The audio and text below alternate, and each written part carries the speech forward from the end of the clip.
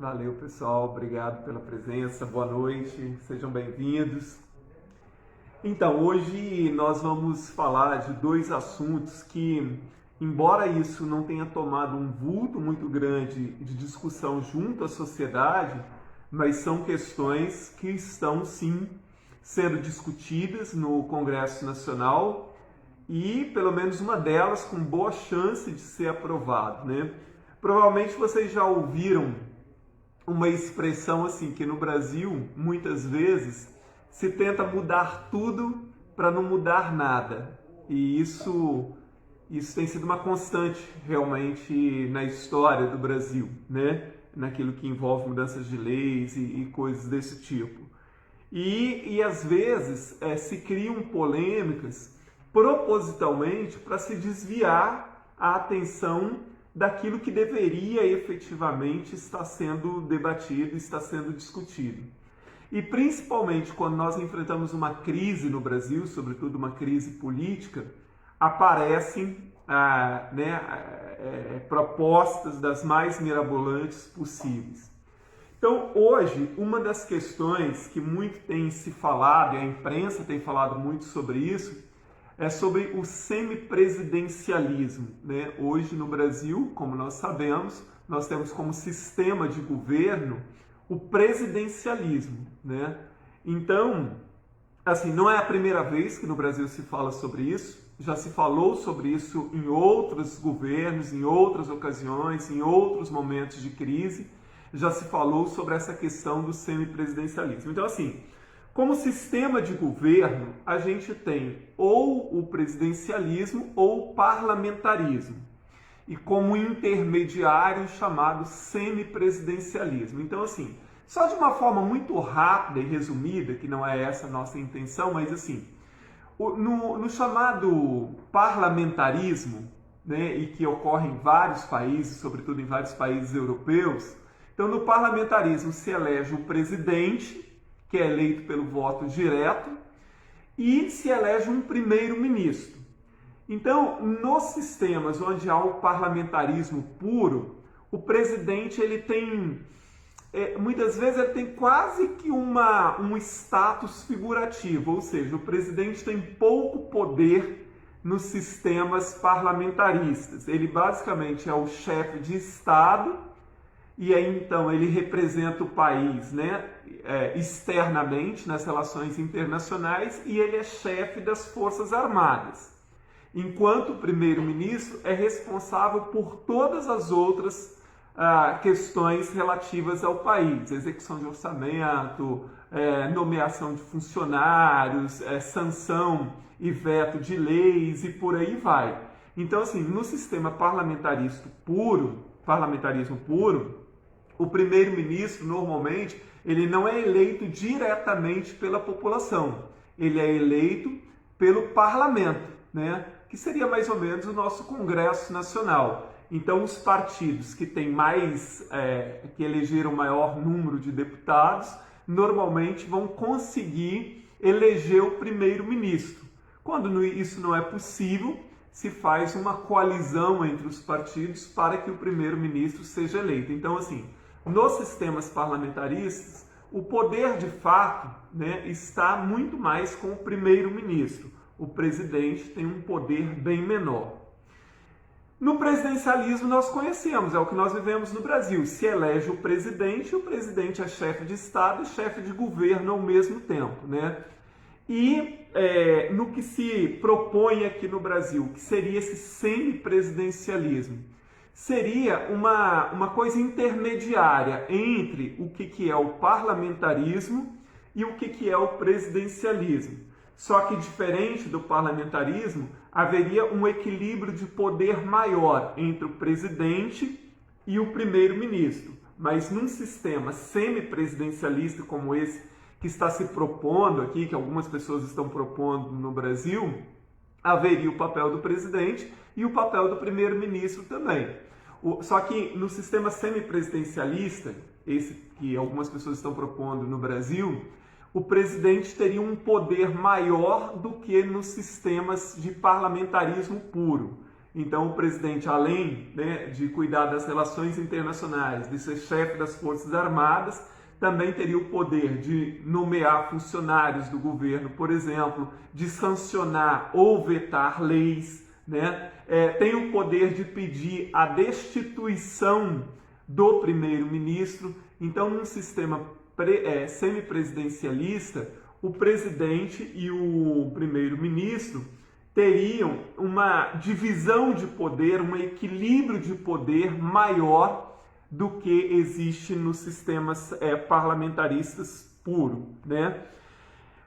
Em tese, isso parece uma coisa muito boa, né? Assim, olha, não seria muito bom, então, porque, por exemplo, no sistema semipresidencialista, quem seria o responsável pela execução do orçamento, por exemplo, execução das políticas públicas na área da educação, da saúde, enfim, de gerenciar, vamos dizer assim, de administrar o país de fato? Esse papel seria muito mais do primeiro-ministro do que o presidente propriamente dito.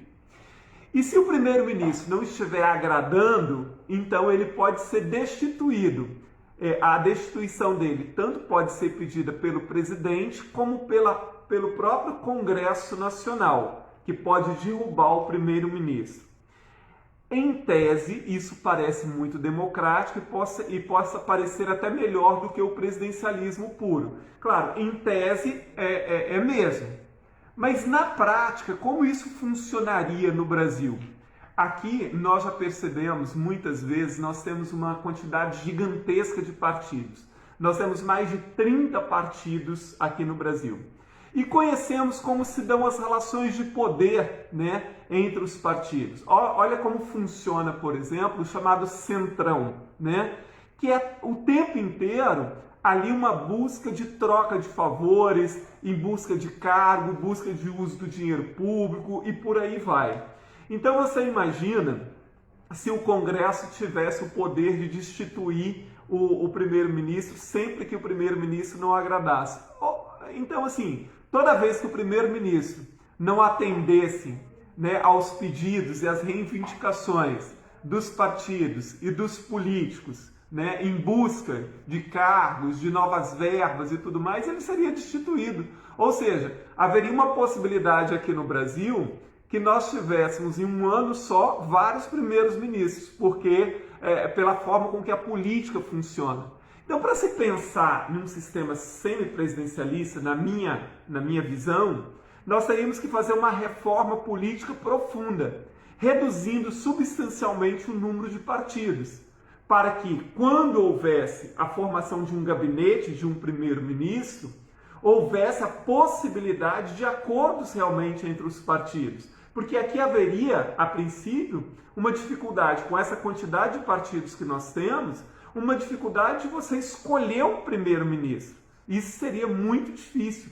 Então a questão da gente achar que a gente pode mudar, né, o sistema de governo agora e tal, mesmo que não for para a próxima eleição, mas para, né, daqui a 5 anos, isso não é coerente, porque nós precisaríamos pensar em vários aspectos, inclusive de mudar a própria Constituição, porque assim, como seria possível hoje aprovar um novo sistema de governo no Brasil? Ora, nós precisaríamos mudar a Constituição, e para isso deveria haver uma participação da população. A população deveria ser convocada a opinar sobre isso.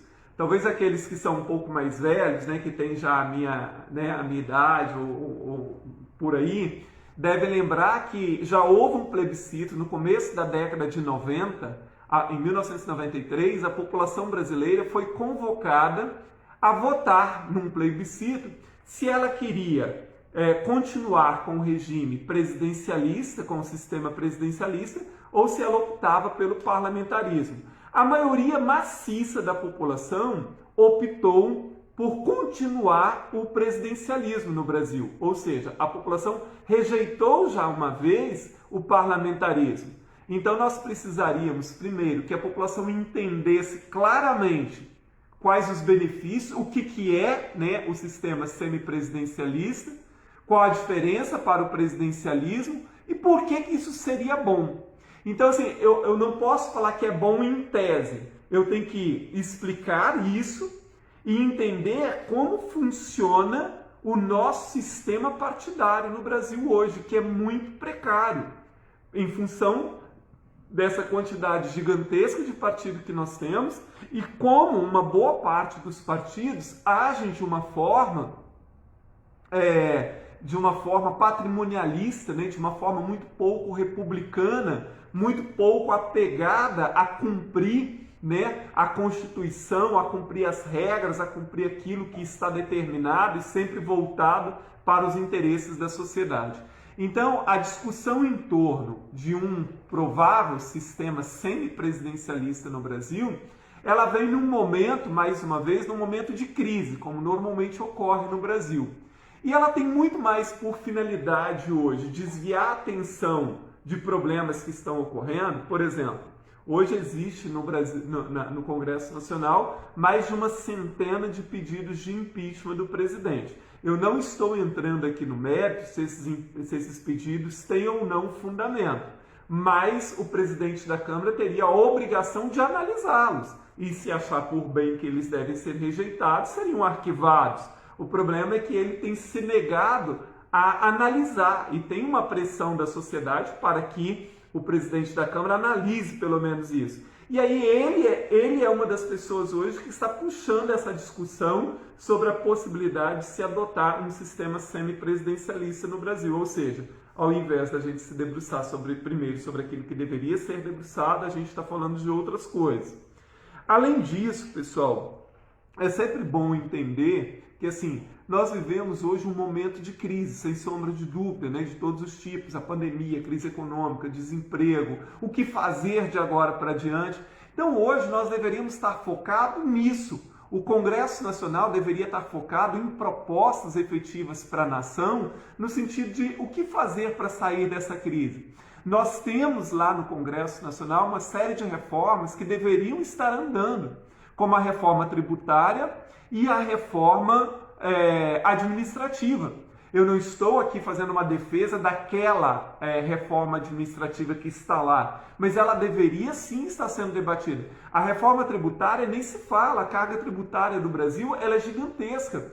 E ao invés, né, dos nossos representantes estar preocupados em focar nessas questões, em focar soluções de fato, nós estamos desviando a atenção para discussões que não é sequer um momento para isso. Na minha avaliação, não é um momento para isso em relação a tudo aquilo que a gente tem passado no Brasil, né? Então, é mais uma cortina de fumaça que está sendo estabelecida com essa questão do sistema de governo semipresidencialista. Eu vou dizer mais uma vez, assim, em tese, o sistema semipresidencialista, né, com uma divisão de poder entre o presidente e o primeiro-ministro, parece muito mais democrático, né? Mas nós temos que considerar quem são os atores políticos do Brasil nesse momento e como funcionam os partidos políticos no Brasil neste momento, porque isso é muito importante que se analise. E assim, no mundo, pessoal, nós temos todos os tipos de sistema. Nós temos a monarquia parlamentarista, nós temos o parlamentarismo puro, nós temos o sistema semipresidencialista, existe, por exemplo, em Portugal e na França, são sistemas que podem ser considerados semipresidencialistas. Nos Estados Unidos é o presidencialismo como no Brasil. É claro que não existe, por exemplo, pessoal, dois sistemas parlamentaristas que sejam exatamente iguais, ou dois sistemas semipresidencialistas que sejam exatamente iguais. Assim, no geral, eles se parecem, eles têm, né, as mesmas características, mas se diferenciam de acordo com o país, de acordo com a legislação de cada país. Então você pode dizer assim, o sistema de monarquia parlamentarista na Grã-Bretanha funciona bem? Funciona, eles têm problemas lá e tal, mas funciona bem. O sistema de parlamentarismo puro que funciona em vários países funciona bem? Funciona. O sistema semipresidencialista de Portugal e da França funciona relativamente bem. O sistema presidencialista norte-americano funciona bem? Funciona. Com os problemas que eles têm, porque assim, não há, pessoal, sistema perfeito. onde, né, tem seres humanos ali e uma variedade de pessoas e interesses, é claro que sempre vai haver problema. Mas quando as instituições funcionam de acordo com as regras legais, com as suas constituições, com respeito às instituições, qualquer sistema pode dar certo. O nosso problema no Brasil não é se nós vamos ter parlamentarismo, semipresidencialismo ou presidencialismo. O problema é que, com qualquer uma dessas coisas, e os políticos funcionando, a maioria dos políticos funcionando, e os partidos funcionando como funcionam, e as falhas das nossas instituições, tudo tende a continuar a mesma coisa. Não é esse o nosso problema. Nós precisamos que o Congresso faça a sua parte de verdade, que o Executivo faça a sua parte de verdade, que o Judiciário faça a sua parte de verdade, que o Ministério Público faça a sua parte de verdade, que o Tribunal de Contas faça a sua parte de verdade e que a sociedade faça a sua parte. É disso que precisamos. Porque se cada um fizer adequadamente aquilo que é a sua obrigação, de acordo com a Constituição, as coisas vão funcionar. Não é a mudança de um sistema só para dizer que alguma coisa está mudando, como eu disse no início, né? Mudar tudo para não mudar nada. Isso não vai mudar a nossa realidade. Isso não vai mudar os rumos da política. Porque vai continuar havendo toma lá da cá de sempre, vai continuar havendo a impunidade que hoje reina no Brasil novamente. Tudo vai continuar. Então, assim, o que nós precisamos de verdade é focar no fortalecimento das instituições e das nossas legislações, de tal forma que a gente tenha punições exemplares para quem não cumpre com a sua função, que tenhamos punições exemplares para aqueles que roubam o dinheiro público, né? Que haja formas de caçar os mandatos dos políticos que não trabalham adequadamente. Isso é fundamental. Se nós trocarmos simplesmente o sistema de governo, isso não vai nos levar a lugar nenhum. É mais uma forma de um engodo, de causar uma polêmica, de tentar convencer a população que o nosso problema está no presidencialismo e que por isso nós precisamos um novo sistema de governo. Não, o presidencialismo norte-americano funciona muito melhor do que o nosso. Isso por quê? Porque as instituições americanas funcionam muito melhor do que a nossa. Tem problemas lá? Tem, mas não chega perto dos problemas que nós temos aqui. Então, obviamente, se o Congresso Nacional cumprisse adequadamente a sua função, o Judiciário a sua função, o Ministério Público a sua função, o Executivo a sua função, nós não teríamos, obviamente, metade dos problemas que nós temos. Então, assim, não podemos, pessoal, de tempos em tempos ficar discutindo coisas que só não desviam o foco daquilo que realmente nós precisamos discutir. E não é a mudança de sistema de governo que nos vai levar para qualquer melhoria efetiva, né?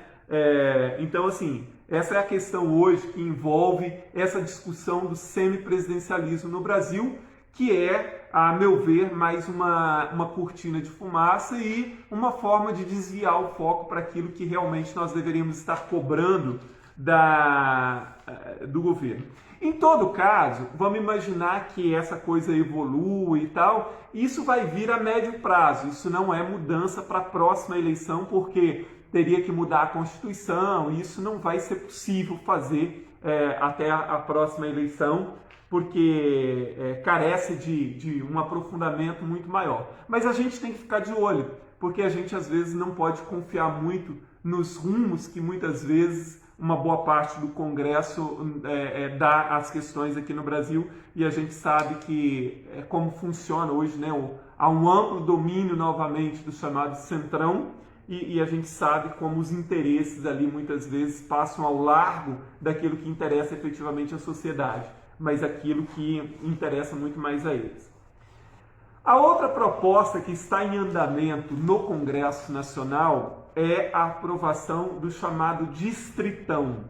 Aí talvez um pouco mais complicado para as pessoas entenderem, né? Assim, o que é esse distritão que agora está para ser votado mesmo, né? Essa proposta ela vai entrar mesmo em votação provavelmente na primeira quinzena de agosto. E aí a necessidade da população pressionar os parlamentares, a meu modo de ver, para que rejeitem essa proposta.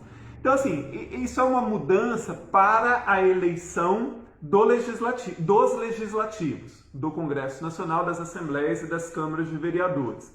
Como ocorrem as eleições hoje para a Assembleia Legislativa, Congresso Nacional e Câmara de Vereadores? São chamadas de eleições proporcionais, né? Às vezes parece um pouco difícil de entender, mas não é tão difícil assim também. Então, como funcionam essas eleições proporcionais? Por exemplo, vem as eleições, né? Nós vamos ter eleições novamente ano que vem. Então, vamos pegar como se fosse ano que vem e eu vou citar como exemplo como funciona aqui na Assembleia. E aí podia ser, você pode usar esse exemplo para o Congresso Nacional e para as câmaras de vereadores também. Chegou as eleições do ano que vem, chegaram as eleições do ano que vem. Quantas vagas tem de deputados aqui na Assembleia Legislativa? 30 vagas. Então, assim, a cada eleição vai se disputar 30 vagas. Veio as eleições, tinha uma quantidade imensa de candidatos, sei lá, tinha 600 candidatos disputando essas 30 vagas. Terminou a eleição. Quantos votos todos esses candidatos tiveram juntos? Os 600 candidatos que existiam, quantos votos eles tiveram? Então vamos imaginar que eles tiveram 1.800.000 votos na eleição, disputando as 30 vagas da Assembleia Legislativa do Espírito Santo. Aí, a partir deste número, se faz o quociente eleitoral. Ou seja, você pega esses 1.800.000 e divide por 30, que é o número de vagas que tem aqui na Assembleia. Isso vai dar cerca de 60.000 votos. Então, teoricamente, para a Assembleia Legislativa do Espírito Santo, para um deputado se eleger, ele precisaria de 60.000 votos. Ocorre que nunca ninguém chega ao quociente eleitoral. Então, por exemplo, na última eleição, eu fui o deputado mais votado. Eu tive 47.000 votos. Quer dizer, eu fiquei a 13.000 votos do quociente eleitoral. Ou seja, os meus votos só não foram suficientes para me eleger. Então, como eu me elegi? Eu me elegi com votos que o partido teve, né? Assim, a soma dos votos que o meu partido teve foi somada aos meus votos para chegar ao quociente eleitoral. E assim eu fui eleito. Então, assim, se faz o quociente eleitoral, que no caso daqui da Assembleia é de mais ou menos 60.000 votos. Depois se faz o quociente partidário. Então, assim, se soma quantos votos cada partido teve. Então, vamos imaginar que um partido teve 180.000 votos. Então, se o quociente eleitoral foi de 60.000, esse partido tem direito a 3 vagas.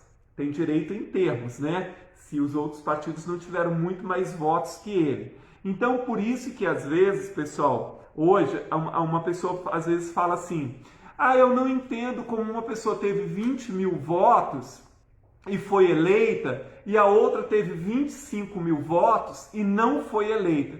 Porque tem que considerar quantos votos o partido de cada uma dessas pessoas teve. Então, por exemplo, a pessoa que teve 20.000 votos, ela foi eleita porque provavelmente o partido dela teve muito mais voto do que o outro partido do sujeito que teve 30.000 votos.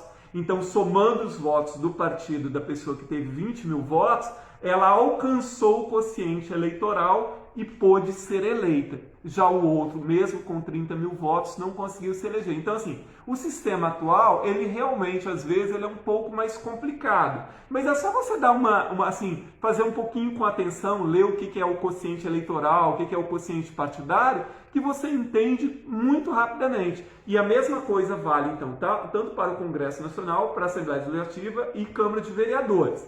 Isso não vale, obviamente, para as eleições chamadas majoritárias, que é a eleição para presidente, governador, prefeito e senador. Aí vale os votos que a pessoa teve, né? Elege quem teve mais votos. Quanto mais votos as pessoas tiveram, mais fácil elas vão se eleger. Então não soma voto de ninguém, né? Não soma voto de legenda, porque cada partido só pode lançar um candidato a prefeito, um a governador, um a presidente e um a senador, né? Então, por isso são chamadas de eleições majoritárias. Já as eleições dos deputados federais, dos deputados estaduais e dos vereadores são chamadas de eleições proporcionais, porque leva-se em consideração a proporção de votos que cada candidato e cada partido teve para daí dar o resultado final das eleições, certo?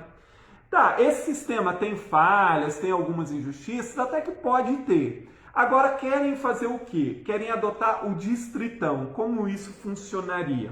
É muito mais fácil de entender. Seria assim, vem as eleições do ano que vem, tem 30 vagas aqui disputadas na Assembleia Legislativa. Os 30 candidatos a deputado estadual mais votados se elegem e acabou o papo. Não interessa quantos votos cada partido teve, nada disso interessa. Então, assim, os 30 mais votados se elegeram e pronto. E passa a não contar mais votos de ninguém para somar voto com outro, mesmo do mesmo partido. Então, assim, é só isso o distritão. Os 30 mais votados se elegem e acabou o papo. Nós temos 10 vagas de deputados federais na Câmara Federal. Os 10 mais votados se elegem e acabou o papo. Olha só, para muita gente parece muito justo isso. Parece assim, olha, isso deveria ser assim mesmo, né? Porque isso é mais justo, é mais fácil de entender. Não é simples assim. Por exemplo, hoje nós sabemos, saiu o fundo partidário, né? Diz que o presidente vai vetar os 5,7 bilhões, mas conforme prevíamos, vão baixar isso para 4 bilhões e parece que fica tudo bem. E não fica bem coisa nenhuma, 4 bilhões é uma fortuna incalculável, né? Quem manda nesse dinheiro depois que os partidos recebem? Os chefes dos partidos. Esse dinheiro não é distribuído igualmente entre todos os candidatos, entre homens e mulheres. Os donos do partido é que vão definir quais candidatos vão receber esse dinheiro e quanto vão receber. Então, obviamente, aqueles que manipulam os partidos vão escolher quem eles querem investir na campanha e quem não quer. E acabou o papo. Dessa forma, pessoal, se o distritão for aprovado, é muito mais fácil para quem já está com um mandato se reeleger do que entrar uma pessoa nova para concorrer a uma vaga. Por exemplo, quando eu me elegi na eleição de 2014, eu me elegi sem financiamento nenhum, me elegi fazendo uma campanha praticamente sozinho. Eu só consegui me eleger porque existe o sistema proporcional, que contou os votos que o partido teve. Do contrário, eu não teria sido eleito. Né? Então, se o distritão, conforme alguns querem, ele passar, vai ficar muito difícil para os candidatos novos se elegerem, para aqueles candidatos que não são tão conhecidos, para eles se elegerem. Sem contar que isso vai ser manipulado pelos chefes dos partidos, que vão sempre investir muito mais, como já fazem hoje, nos seus candidatos preferenciais. Só que hoje, quando eles manipulam dessa forma, ainda há a possibilidade dos novatos se elegerem, por causa da soma de votos. Mas, aprovando o distritão, isso não vai ocorrer mais. E por que as pessoas querem essa mudança agora, e já para a eleição do ano que vem, uma mudança tão grande? Eu não sei exatamente todos os motivos, mas para mim fica muito claro. As eleições do ano passado para vereador, elas deram um susto em muitos políticos profissionais. Por quê? Em boa parte das câmaras de vereadores, houve uma renovação muito grande. Eu não estou dizendo que houve uma melhora muito grande. Houve uma renovação, porque a renovação nem sempre significa que melhorou. Então, tem muito político profissional com medo de que na próxima eleição não consigam se eleger. Mas se o distritão for aprovado, a chance deles se reelegerem aumenta. Mesmo com essa modificação, porque acabaram as coligações, né? E esse foi um dos motivos pelos quais houve uma renovação tão grande das câmaras de vereadores. Então, se aprova o distritão agora, é uma forma desses políticos profissionais, dos chamados caciques partidários, entre aspas, que eles consigam se reeleger com mais facilidade, porque, obviamente, no ano que vem, com o fim das coligações, muitos políticos profissionais terão, sim, dificuldade de se reeleger. Então, o distritão é uma discussão completamente fora de hora e que só está existindo mesmo por interesses dessas pessoas que querem se perpetuar no poder. Mais uma vez eu digo, o maior problema para mim do distritão é a dificuldade que ele impõe aos novatos, a novas pessoas entrarem nos partidos, certo? E aqui eu queria fazer uma ressalva sobre, porque muita gente confunde a proposta do voto distrital com o chamado distritão. O distritão é esse modelo, né, de se implantar uma forma de eleição para o legislativo, tanto federal quanto estadual quanto municipal, em que os mais votados se elegem e acabou o papo, né? Já o voto distrital é outra coisa. Esse sim precisa ser discutido com mais profundidade. Eu acho que o voto distrital, não o distritão, o voto distrital, ele pode melhorar a representatividade. O voto distrital, de uma forma simplificada, seria assim, por exemplo, chegando às eleições de vereador, se divide um município, por exemplo, o município de Vitória, vai ser dividido por distritos. E ao invés de ter candidatos que disputam os votos, né, no município inteiro, os candidatos vão ser por distrito. Eles só podem, por exemplo, vamos imaginar que a Praia do Canto e a Praia do Suá e Bento Ferreira formam um distrito. Então terá candidatos a vereador desses bairros. E quem mora nesses bairros só pode votar nos candidatos desse distrito. Vamos dizer assim, aí formam um outro distrito que é o distrito, por exemplo, de São Pedro, Estrelinha, Resistência, formam um distrito. Então os candidatos daquele distrito têm que residir lá e todas as pessoas de lá só podem votar naquele candidato. Quando vier a eleição para deputado estadual, por exemplo, se divide o estado em distritos. Então, agrupa os municípios em distritos. Então, forma, por exemplo, o distrito da região metropolitana. Então, os candidatos que serão da região metropolitana têm que residir aqui. E todas as pessoas que moram na região metropolitana só podem votar nesses candidatos. Isso aproxima o eleitor do candidato e isso pode tender a melhorar a representatividade. Não há nenhuma segurança de que possa melhorar. Então, o voto distrital, ele é algo que precisa ser aprofundado. Agora, o distritão, isso que está para ser votado no Congresso Nacional, para mim, isso piora substancialmente aquilo que já não é tão bom assim, né? Que é a questão da representatividade e o fato de que nós poderemos ter uma dificuldade de renovação nos quadros políticos e nos cargos políticos muito maior do que já existe hoje, né? Então a população precisa ficar atenta sobre isso, né? Pressionar os deputados para rejeitar o distritão, né? Outra coisa seria a gente estar falando sobre o voto distrital, que é outra questão. Eu espero que eu esteja sendo claro, não sei, talvez eu falo muito rápido, mas se vocês tiverem qualquer dúvida, o pessoal pode ir mandando pergunta, que o pessoal vai anotando aqui e à medida que eu puder, eu vou respondendo, ok? Às vezes nem tudo é possível. Aproveito para dar um alô aí para o pessoal que está acompanhando, né? O Everton, a Marlene, o Elvis, o Bidu, o José Eudônio, obrigado o Júlio, o Wellington, obrigado pela participação de vocês, tá bom? Obrigado mesmo. Se alguém me pergunta aqui se esse sistema exclui o Congresso, eu não entendi se é o sistema semipresidencialista. Não, no semipresidencialismo ele dá um poder maior para o Congresso, porque o Congresso tem o poder de destituir o primeiro-ministro. Então, assim, no sistema semipresidencialista, de certa forma, aumenta o poder do Congresso, principalmente da Câmara dos Deputados.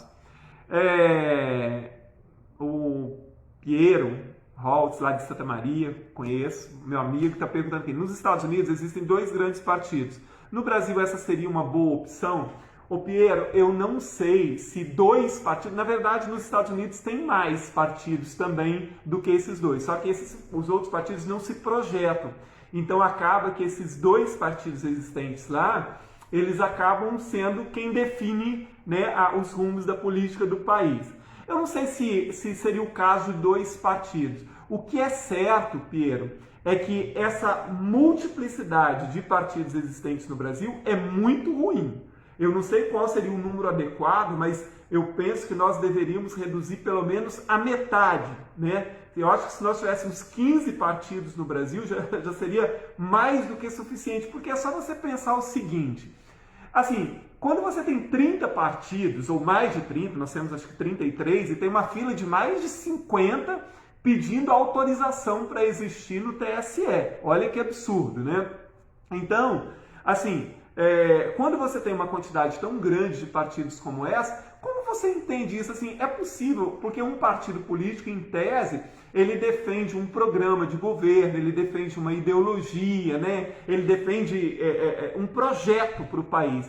Seria possível que nós tivéssemos no Brasil mais de 30 ideologias diferentes, mais de 30 projetos diferentes para a nação? É óbvio que não. Então, muitas dessas legendas tornaram-se aquilo que a gente chama de legenda de aluguel. Ou seja, elas sabem que elas nunca vão chegar ao poder e elas nem têm essa pretensão de um dia eleger o presidente do país e tal, ou eleger um governador. Elas negociam a cada eleição. Então, por exemplo, eu sou o chefe de um partido, vamos imaginar assim, veio a eleição, meu partido tem direito a 30 segundos de televisão. 30 segundos de televisão parece pouco, mas é uma enormidade para a época que chega as eleições. Então eu negocio com aqueles que têm mais chance. Eu falo assim, ó, meu partido tem 30 segundos de televisão e de rádio, assim. Se eu te apoiar, que você ganhar, você vai me dar o que em troca? Quantos cargos você vai me dar? Como é que eu vou participar do governo? O que eu vou ganhar com isso? Então, muitas dessas legendas existentes no Brasil hoje são chamadas de legendas de aluguel. Elas existem como balcão de negócio. Ou então assim, elas nunca lançam um candidato a presidente, né, a governador, mas elas elegem 2, 3, 4, 5, 10 deputados que for. Então assim, o meu partido elegeu 8 deputados. É relativamente pouco, mas tem uma votação importante do governo no Congresso, o governo precisa fazer maioria. Eu vou negociar esses 8 votos com o governo. Então, eu vou dizer assim, olha, o que eu vou ganhar, o que meu partido vai ganhar, quantos cargos eu vou ganhar para eu ser base do seu governo, para eu te apoiar. Então, nós precisamos, sim, e isso eu defendo, nós precisamos urgentemente reduzir o número de partidos no Brasil. Tá, Pedro? Eu não sei se 2 partidos, como nos Estados Unidos, se isso seria o ideal, mas sim, o ideal é reduzir sim o número de partidos. Esse emaranhado de partidos no Brasil, ele é muito ruim. Ele não traz benefício nenhum para a nação, tá bom? Nunca saímos da crise, diz aqui a Maria Perpétua Silva. Nunca saímos da crise, e olha que não sou tão jovem. Sempre uma luta para sobreviver. Guaçuí em alerta, deve ser lá de Guaçuí, a Maria Perpétua, obrigado pela sua contribuição. Eu concordo, de tempos em tempos nós estamos mergulhados numa crise. E por que isso ocorre? Justamente pela falta que faz o fato de que as instituições no Brasil não cumprem adequadamente os seus papéis. Porque, muito obviamente, se cada instituição com seus atores cumprissem adequadamente os papéis para os quais foram criados, a gente não estaria de tempos em tempos mergulhando em crise. E isso que você está dizendo é verdade. A gente está de tempos em tempos entrando em crise, né? Então, é verdadeiro isso. Boa noite ao Elvis, ao Félix, boa noite, obrigado pela presença de vocês.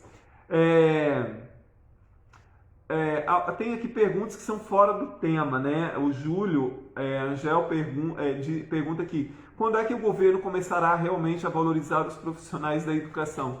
Ô Júlio, talvez esse seja um dos nossos maiores problemas. A educação nunca foi prioridade para ninguém, para governo nenhum. Nem de esquerda, nem de direita, nem de centro, nem de cima, nem de baixo, nem de governo federal, nem de governo estadual. Nós temos alguns governos que às vezes você tem uma pequena evolução, mas logo isso retorna, né? Logo parece que a gente entra num período de regressão. E talvez se nós realmente investíssemos profundamente na educação realmente de qualidade, na formação de cidadãos mais conscientes, mais participativos, nós também não mergulharíamos tantas vezes em crise como ocorre no Brasil. O Elton Ávila aqui está dizendo, deputado, boa noite, você é um dos grandes parceiros dos professores. Você sabe se o edital 45 foi renovado até dezembro? Sim, o edital 45 foi renovado até dezembro, foi aprovado aqui na Assembleia Legislativa e está renovado sim até dezembro. A Vandréia Fernandes, até que ponto o número de partidos pode ou não fortalecer uma democracia? Vandréia, imagino que é a Vandréia, uma amiga de faculdade lá de Guarapari. Vandré, olha só, o grande número de partidos eu acho que enfraquece a democracia, ele não fortalece. Nós vemos isso aqui no Brasil, aquilo que eu acabei de explicar, como esse emaranhado de partido funciona e como funciona muitas vezes como legenda de aluguel, como balcão de negócio. Então, o grande número de partidos nada tem a ver com o fortalecimento da democracia. Eu acho que é bem o contrário disso. Tende a enfraquecer as relações de poder no Brasil, né, conforme nós vemos acontecer no Congresso Nacional. Helder Souza, qual a sua opinião sobre o Brasil caso pudesse voltar ao regime da monarquia parlamentarista? Ô Helder, olha só, na minha opinião, assim, quando nós, em 1993, quando a população foi chamada a votar, né, no plebiscito se queria o presidencialismo ou o parlamentarismo, nós fomos também consultados sobre forma de governo, se queríamos continuar como república ou como monarquia. E a maioria avassaladora da população optou para continuar como uma república. E eu também acho que, assim, desenterrar a monarquia no Brasil, uma coisa que nós nunca tivemos essa tradição, porque, assim, em muitos países a monarquia ela foi ressuscitada, né, como na Espanha, por exemplo, mas, assim, que tinha uma tradição de séculos, né, de monarquia. Não é o nosso caso. Então, assim, eu acho que essa questão de monarquia é criar mais uma despesa, né? Ter ainda uma família real para sustentar. Então, eu não sou favorável a isso, não fui em 93, votei contra e acho que não cabe, a meu ver, tá? Essa é uma opinião minha, não cabe essa discussão. A Luciane Carvalho está dizendo que a conversa está ótima e tal. Obrigado, Luciane. O professor João Bispo diz aqui, boa noite. Realmente essa divisão nunca chega aos candidatos menos influentes. Ele está falando dos recursos, né, do fundo eleitoral. A boa parte dos candidatos nunca recebem esse apoio do fundo eleitoral. Então, essa questão precisa ser revista mesmo. César Antônio, deputado, voto distrital misto não seria o mais adequado para o Brasil? Assim, o distrital misto, eu acho que também pode ser pensado, né? Porque quando você fala só do distrital puro, ele pode causar problema. Por exemplo, se numa eleição de voto distrital, no distrito que eu resido, por exemplo, eu gostaria de votar num candidato que é da área de educação. Mas entre os candidatos que tem no meu distrito não tem nenhum. Então eu fico sem a possibilidade de fazer esse voto de referência, de representatividade daquilo que é a minha luta. Então, assim, o distrital misto, nesse sentido, eu acho que é uma coisa que precisa ser pensada assim. A Marileuza Martins está dizendo aqui, parabéns, deputado, sou de Muniz Freire, terra muito boa, em breve eu estarei fazendo uma visita ao município novamente. Obrigado, Marileuza, obrigado pela sua participação. E em breve, como eu disse, estarei aí em Muniz Freire, tá bom? Gabriel, candidaturas avulsas, sem partido, o que eu penso? Olha só, com o desgaste dos partidos no Brasil, as candidaturas avulsas, elas parecem muito boas. Só que assim, é muito difícil que uma candidatura avulsa, no sistema que nós temos, que um candidato avulso consiga se eleger. Até que para presidente, para deputado federal, para presidente, para senador e para prefeito, talvez não fosse tão difícil se eleger com uma candidatura avulsa. Agora, vereadores, deputados estaduais e deputados federais enfrentariam uma dificuldade muito grande no sistema proporcional que nós temos hoje. Por quê? Assim, vamos imaginar que eu me lance como se houvesse a legislação permitisse. Não permite, mas se ela permitisse. Na próxima eleição eu não vou me lançar candidato por partido, vou me lançar candidato avulso, né? Uma candidatura por mim mesmo.